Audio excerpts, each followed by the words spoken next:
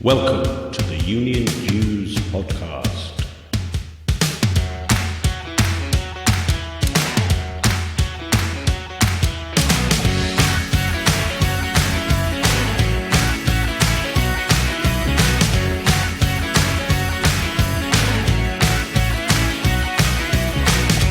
The UK's only all things union podcast, designed for your downloadable digital delight and appreciation.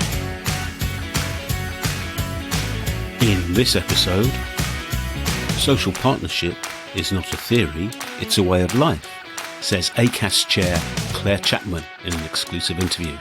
Plus, Mel Sims asks, is the tide turning in the battle for decent working conditions in the hospitality sector? And Josiah Mortimer's Radical Roundup. Hello and welcome to Union Jews, the UK's only all things union podcast. I'm Simon Sapper, and in this episode we have Clare Chapman, chair of ACAS, on her view of the world and ACAS's role within it. Social partnership, not just a theory but a way of life. Hear more from that coming up later on in the show. We've also got Mel Sims in her Thought for the Week slot, this time asking about hospitality workers. Is the tide turning to get them a fair, better deal at work? And of course, we welcome back, both in word and in person, Josiah Mortimer with his Radical Roundup. First up, Mel Sims with her Thought for the Week. Now, the pubs are open across the country, both inside and out. Welcome relief for most of us, I guess. But have you noticed that they're a little short-handed behind the bar or in the kitchen, tidying round after us as customers? Well, Mel Sims asks if the peculiarities of the labour market in the hospitality sector mean that a change for the better is coming for those who work in it. This week, I've been enjoying the opening of the hospitality sector in Glasgow for the first time for months.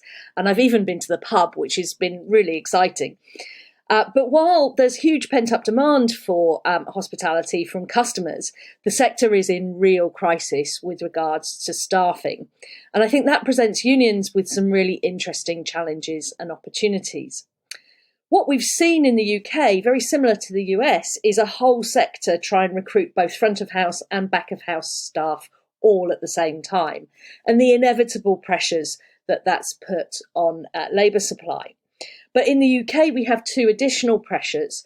One is Brexit, which has taken away a significant potential pool of labour. Since the mid-2000s, it's been quite common that young EU workers can come to the UK, for example, to work for a summer season. And it's common that roles such as chefs have long recruited from overseas. So the withdrawal from the EU means that pool of labour can't easily come to work in the UK anymore. And another pressure has been that a lot of students aren't in their university towns. So students often take hospitality work to add to their income, and they often enjoy the flexibility that hospitality work offers. Because they haven't all moved to their university towns because of COVID, they haven't been available to work in the same way. So all of this has culminated in something of a perfect storm for employers, but also potentially an opportunity for unions and for workers.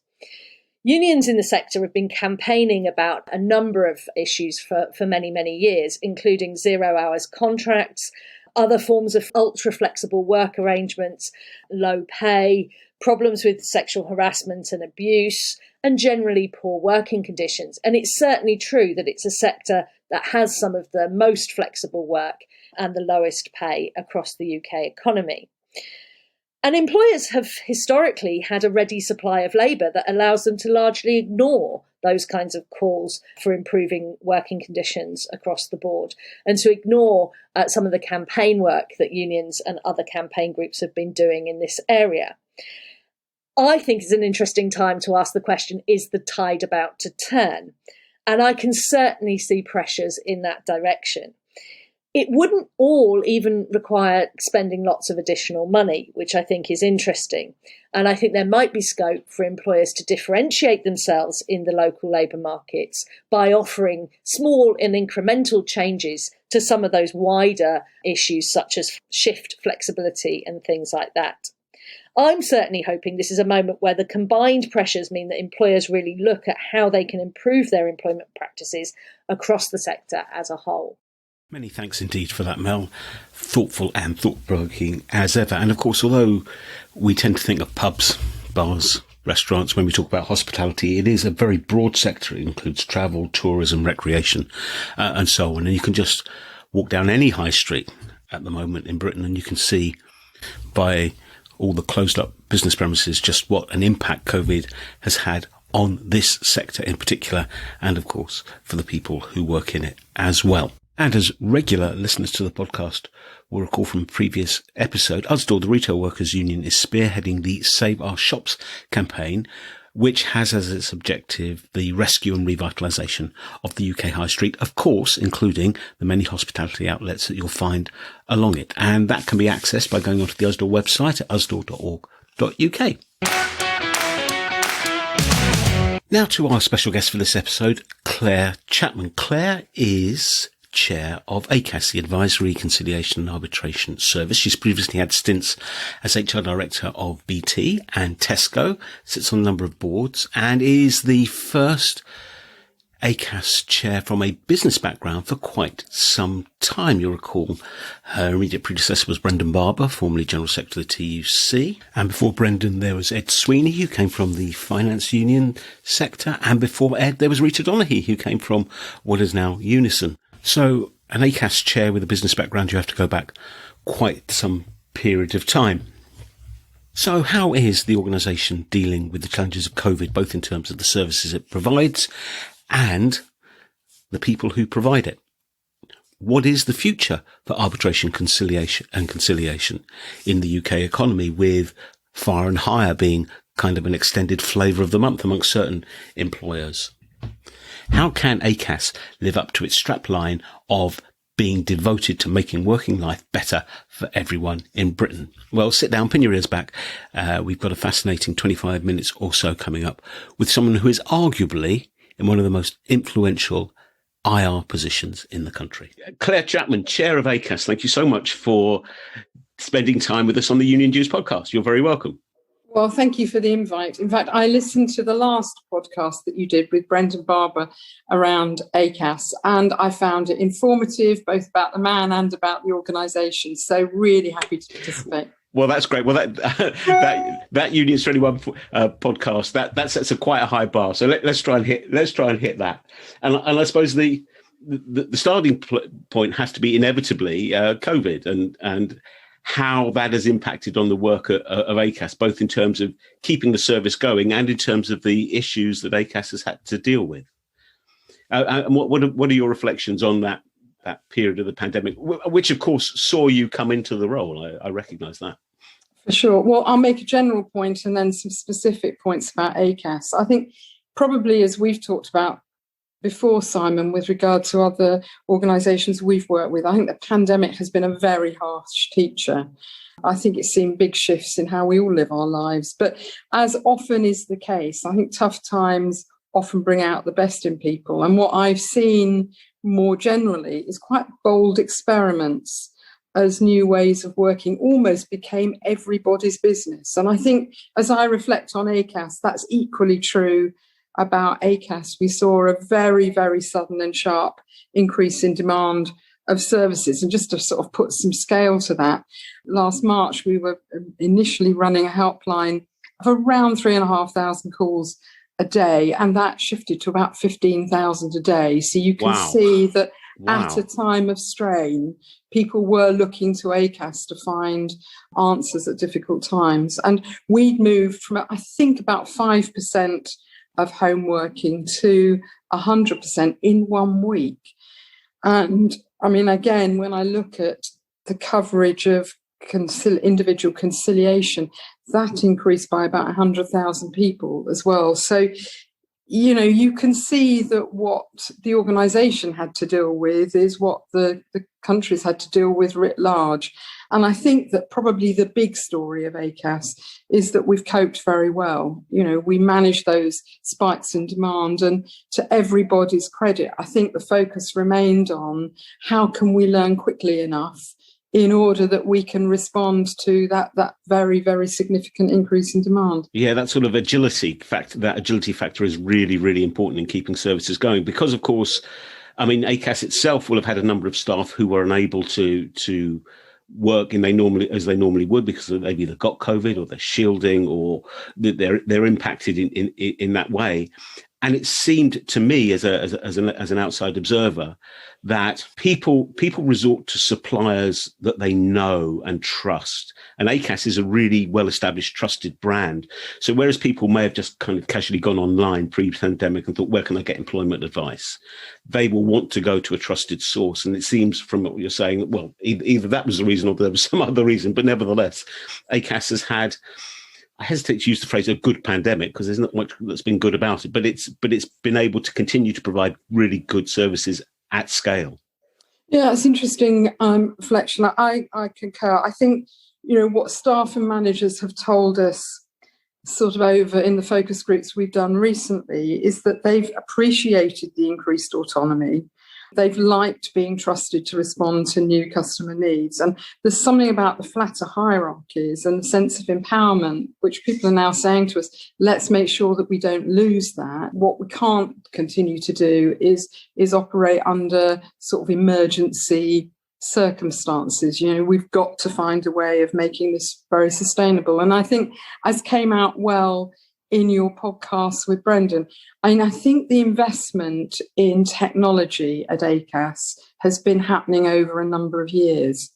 And there's a very nice case study that's just been published about a very fruitful relationship we've had with the Microsoft Cloud team, where what we were able to do was to re-platform so that all that increase in volume we were actually able to accommodate, as opposed to trying to work that all out at the last minute. So I think credit to the ACAS team, credit to Susan, credit to Brendan and the council for actually recognising that a trusted organisation needs to continuously renew itself to make sure that increases in demand can be responded to. So I think that was happening a long time before the pandemic. So is that going to be the key to ACAS remaining competitive and relevant? I mean, as I say, I'm conscious that you took up this role in the midst of this pandemic. What are your kind of reflections to date about the strengths and challenges facing ACAS as it goes forward? Well, one of the things that we have done is taken this past year not just to respond to the increased demand, but also to take a step back and say, look, we are partway through the public health challenge, but we've now got the economic challenge of recovery. And as ACAS, given that we are trusted and respected, then what we need to be able to do is be ready for the next phase. So we did take time. I'm glad to say that we found that the purpose of ACAS is very clear. We exist to make working life better for everyone, specifically by promoting healthy working relationships and also addressing disputes and conflicts when they occur. And that purpose is solid. And it also gave me great pride when I looked at it with the council, and we found that for every pound funding we receive, we're saving £12 in terms of taxpayers' funds because of the conflict that we're able to avoid. And that doesn't take into account the emotional and psychological pain of conflict. So anything that we can do to help resolve disputes has a huge benefit. But what we did find was that to remain competitive, back to your question, there are 4 things that we believe we need to do, and we're now on the case to do all of those. One is to grow our reach, specifically about improving the access to our services. That increased demand shows that people do know to contact us, but there are increasingly newer parts of the economy, the gig economy, parts of the economy that are not well represented by employee bodies, by union membership. And how can we reach into some of those smaller businesses? How can we reach into some of those areas that wouldn't necessarily know to pick up the phone to us? So that's number one, growing our reach. Secondly, resolving disputes more quickly and effectively. I do remember when I was in HR in organisations, the pain it causes when it takes years to resolve a dispute. That just can't be right. And so what can we do to resolve disputes more quickly? And then thirdly, given that the world of work is really shifting, and not just because of the pandemic, but because of all the forces that were at play pre-pandemic, we want to be able to forge a consensus amongst all our partners around what are the first order issues that really need new thinking, and thinking that doesn't compromise employees, doesn't compromise the ability to provide work, doesn't compromise the ability to be able to deliver to customers. So we've got to be able to do all of that. So therefore, what's the consensus on the future of work? And then fourthly, as a number of organisations are doing, how can we do that in a way that we make our services and our focus mindful of difference, inclusion, and specifically around fairness? And so those are the four things that we'll be dialing up over the course of the next 4 years. Yeah, and I note, of course, that those are the four main strands in the new strategic plan covering the years from now, 2021 to 2025. And I was struck by a number of things in that strategy document.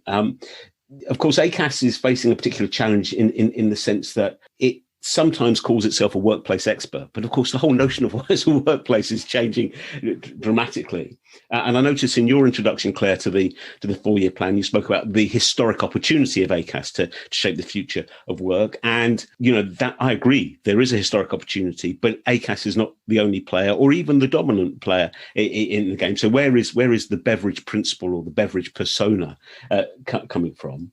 And then in terms of that third of your 4 points, forging consensus on the future of work, I agree, absolutely a key issue given the way work itself is changing. But as Martin Smith, who's the national organiser at the GMB, who is heavily involved in the GMB Uber deal, told me just recently, the legislative framework is so out of date already, even though it was just last renewed barely 10 years ago, that there's a real challenge in legislative terms as well as practical terms. How does ACAS navigate its way through all those rapids? What are the sort of milestones that, say, the council has set for ACAS to show that progress is being made in the right way and in the right direction?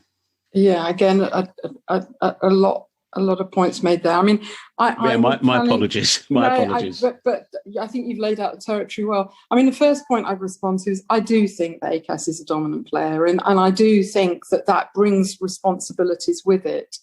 And, if I go all the way back to when I was growing up, actually, it was the Industrial Society, if you remember the Industrial Society. I do. Was often the place that employers and trade unions would go to get a safe place to say, let's work difficult issues.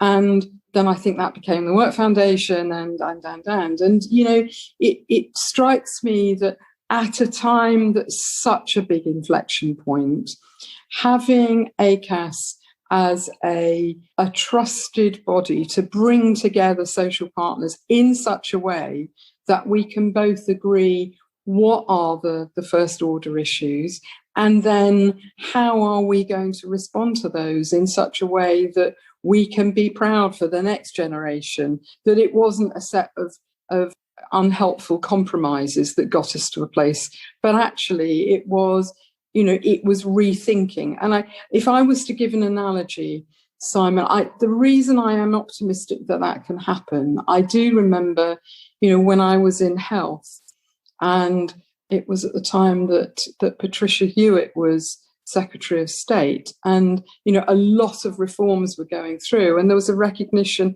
far, far better to create the Social Partnership Forum that brought employer bodies in health and trade unions in health and ministers in health and civil servants in health around a table to say, don't let's foist on the health service a whole lot of changes that are not well thought through. Let's take it upon ourselves to do some joining up so that we then cause far less disruption to the people using the service and the people providing the service.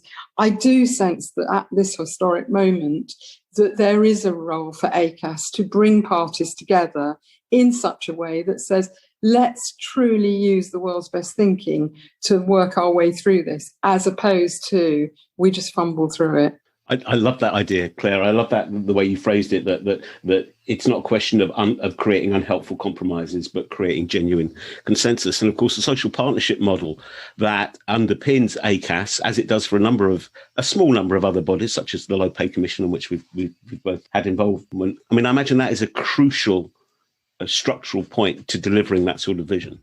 Yeah, it is. And, as you and I know from our work together on the Low Pay Commission, it's not a theory, it's actually a way of life. And it's not something that can be built overnight either, because it really requires a lot of trust. And if I think back to my time at Tesco, where we really worked hard at building a partnership model between ourselves in management and trade union team, actually, it required hard choices. So I do remember at one point I was saying that it's really difficult to have a real equal partnership if training levels are different.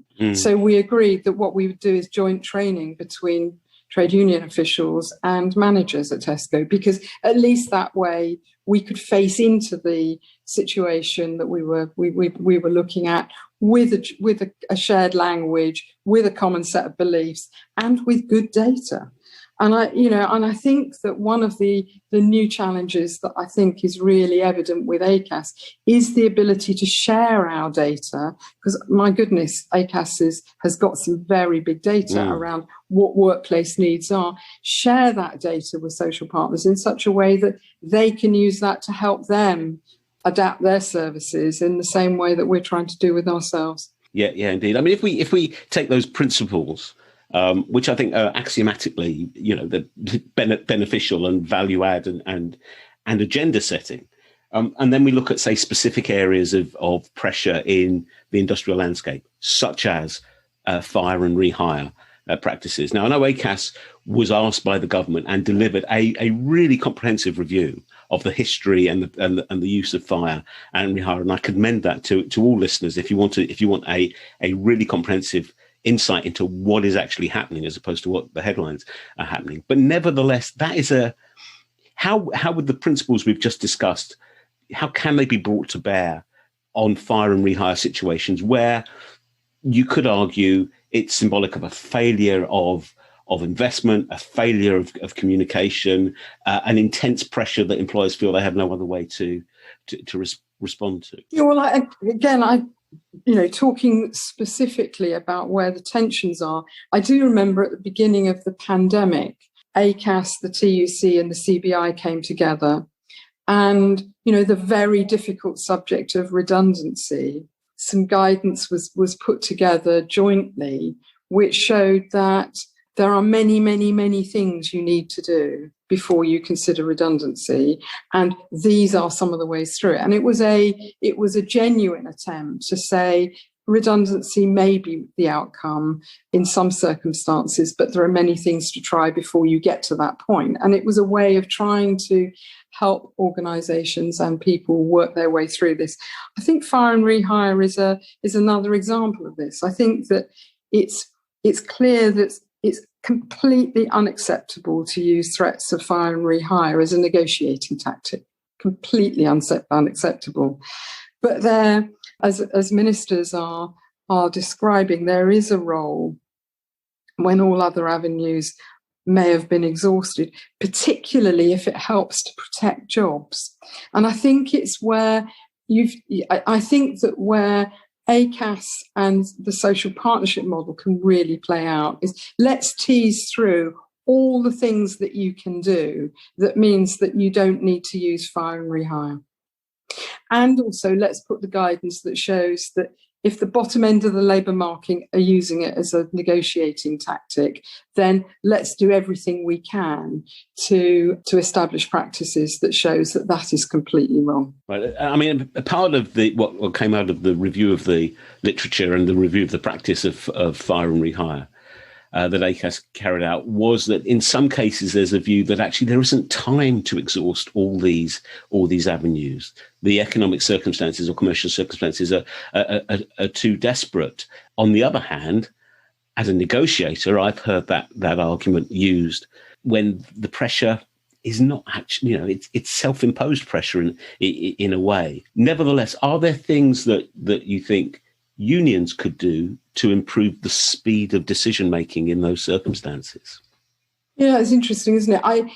This is where I think that there's some false thinking sitting in there somewhere, because actually assuming that you can rush to fire and rehire and there not be consequences is really not to understand the nature of industrial relations, I think. Yeah, I'd agree. Trust matters hugely. And I think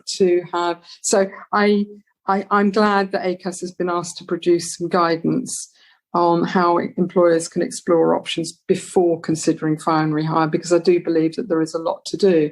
And also, in the interest of building trust, I do believe we're in a different place potentially than we were even 18 months ago. So I'm sure you saw with interest that in the social attitude survey, trust in business has ticked up. And I suspect it's because employees genuinely saw their employers in many instances caring about their safety, caring about involving them in changes to ways of working, and all those things that makes working life easier and safer. And I do sense, certainly from the boards I'm on, there's a real desire amongst many employers to try and make sure that continues as we come out of the pandemic, including on things like fire and rehire. Therefore, I do sense that there's not everywhere, and the bottom end of the labour market, may well require being held to account. But I do sense that there is a different mindset. And I think trade union officials can push for that mindset that was shown during the pandemic to be, or the height of the pandemic, to be employed. Well, in the strategic plan, the 21 to 25 strategic plan, the fourth plank of that is, of course, about embracing difference, increasing inclusivity, but about creating fairness. And I do think the notion of fairness has crept into the zeitgeist, has crept into thinking in industrial relations and in society as a whole. It's why, for example, the Marcus Rashford campaign on free school meals had such traction. There are notions of fairness that sometimes business, government don't see immediately, but the public see them, and the public drives those issues. So I think, I would share your hope that is for the future. Yes. Yeah, and on that, I think that fairness equally applies to, are we being fair to our customers? And so it may well be that part of what we'll need to tease through is, as companies have tried hard to keep themselves afloat by finding new ways to generate revenue, new ways of serving customers, that is going to require some new ways of working, which will require, adaptability on behalf of employees and their representatives. So I think fairness pushes upstream responsibility, not just in the way that employees are treated, but in the way that customers are treated, in the way that stakeholders are treated. And one of the things that, as you know, I co-chair the Purposeful Company with Will Hutton, and we had a very interesting call last week with some heads of big companies, and also some of the biggest asset managers from some of the biggest investors, and also academics. And it's clear that the challenges around sustainability, around fairness, around purpose, around employee voice, these are the issues of the moment. And let's make sure that we maximise our response rather than minimising it. Yeah, I would agree. And of course, each one of us plays different roles. We're all stakeholders plugged into different networks. So inevitably, what is good for, say, a workforce will also be good for consumers, because the workforce are the consumers. Yeah, well said. Often, Claire. We could talk forever about this, but I'm conscious that we only have a fixed amount of time. As a kind of final question, you are, of course, the first chair of ACAS for some time that's come from a business background as opposed to a union background. Are there particular challenges of being the first ACAS chair from a business background for some time? And if so, what are they and how do you meet them?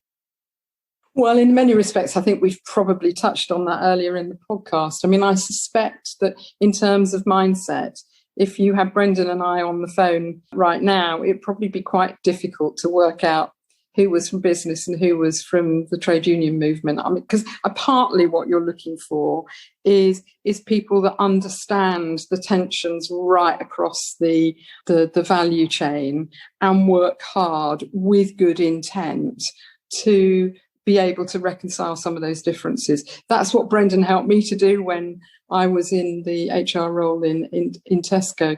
And it's what I learned, you need to do both in the commercial roles I had as well as in health and equally now with ACAS. So my first point would be, I doubt whether you can see a huge difference in mindset.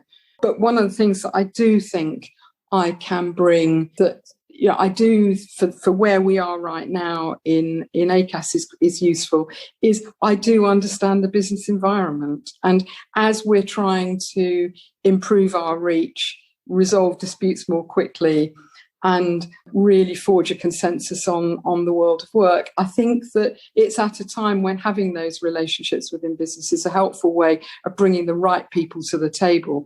But I doubt whether the conversations that we'll be having when we're there would be very different than if it was somebody with a more mainstream trade union background sitting in the chair role. Well, Claire, it's been a great pleasure, and I wish you and ACAS every success as you move towards the goals you've set in your strategic plan.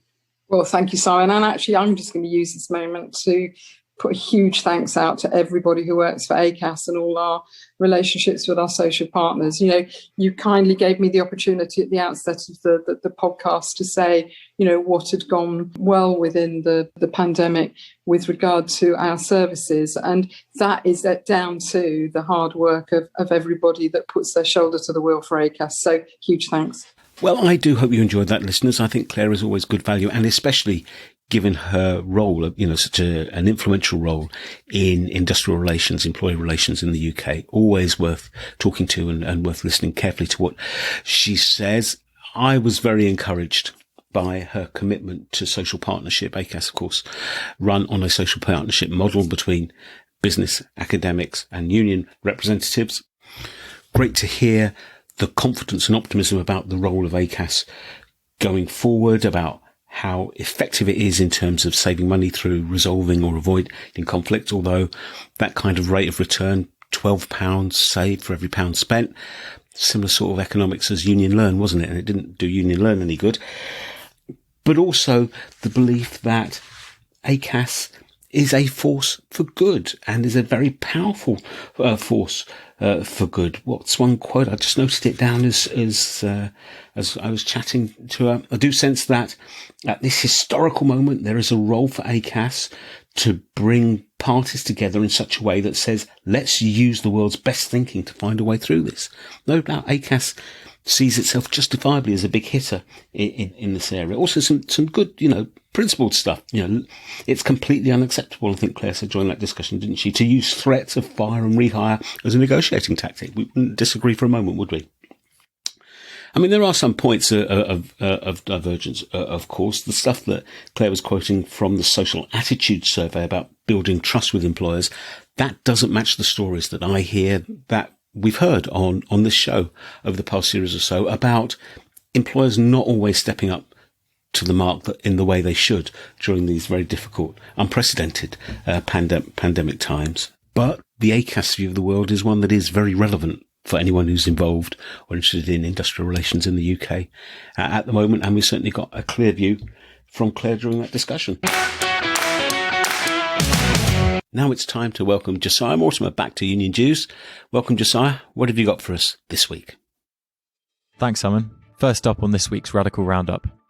A new poll has revealed strong support for Unite's campaign to secure trade union rights for directly employed Amazon workers and workers across the gig economy.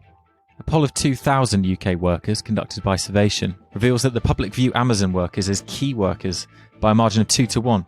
Almost half of respondents say they've changed their view of Amazon workers and now value them more than they did before the onset of the pandemic. More than 3/4 of respondents believe Amazon workers should be able to join a trade union if they choose to, without interference from the company. Public opinion is in stark contrast to Amazon's anti-trade union tactics. Amazon stops any attempts by workers to gain a collective voice of their own, Unite says. The company's failed to sign global agreements that recognise the right of all workers to a collective voice. Unite's now calling on Amazon's Jeff Bezos to sign up to a declaration of neutrality, which includes commitments that recognise workers' right to unionise. Last week, Unite leadership candidate Howard Beckett stepped down from the race to back fellow left-wing Assistant General Secretary Steve Turner. Turner will face workplace candidate Sharon Graham and moderate Gerard Coyne.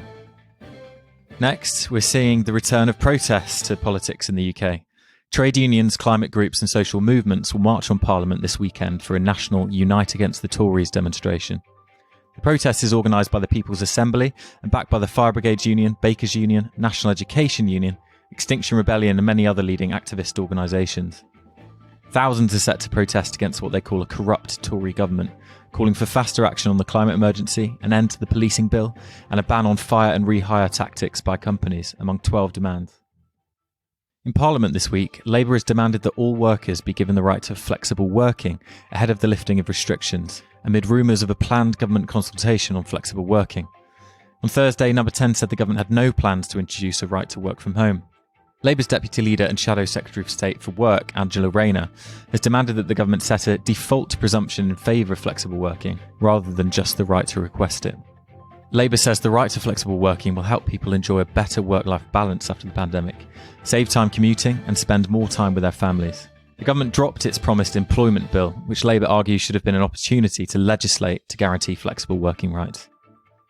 And in strike news, the University of Liverpool has told staff taking part in a lawful marking and assessment boycott that it will withhold 100% of their wages, despite staff being willing to carry out a majority of their duties. University management said they will withhold wages until staff complete marking all assessments affected by the industrial action, and said it considers all other work staff carry out to be voluntary and not worthy of payment.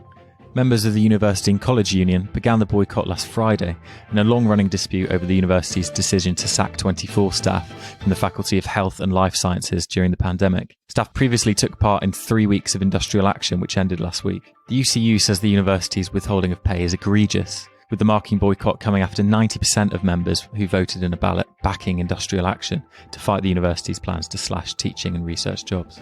We'll keep you updated on what's next in this campaign. That's all from this week's Radical Roundup. Thanks for listening, and catch the full Radical Roundup on leftforward.org on Wednesday. Thanks very much, Simon. Back to you.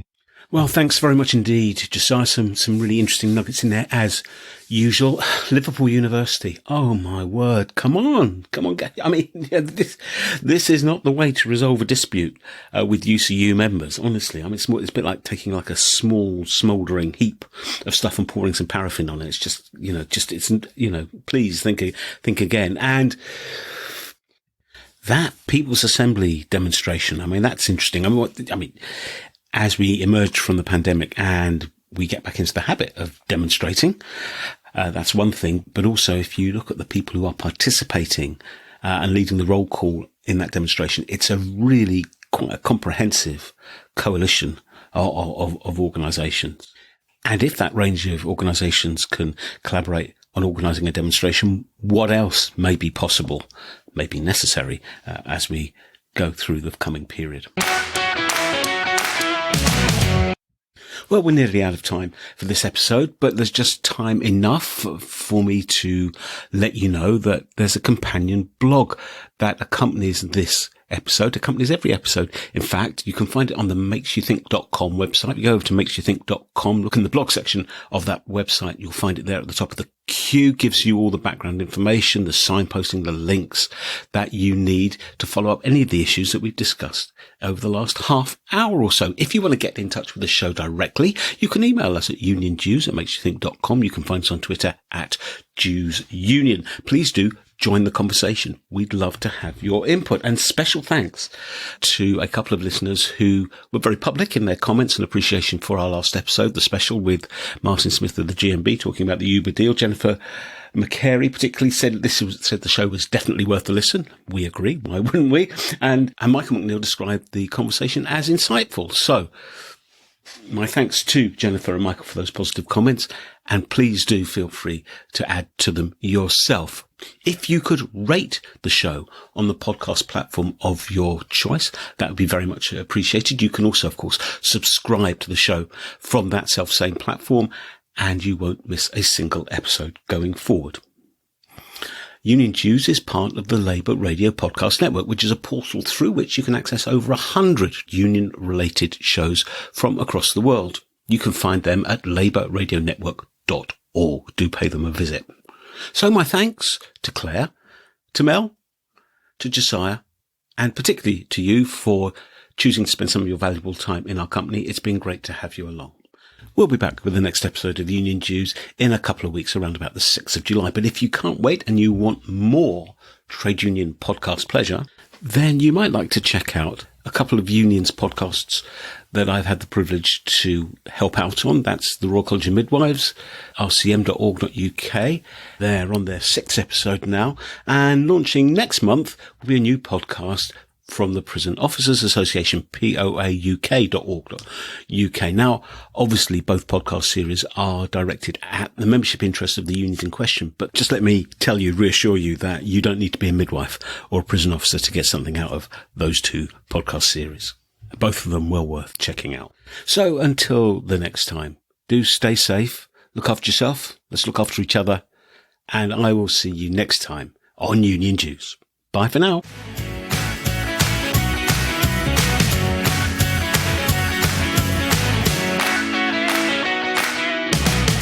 The Union Jews podcast is presented by me, Simon Sapper.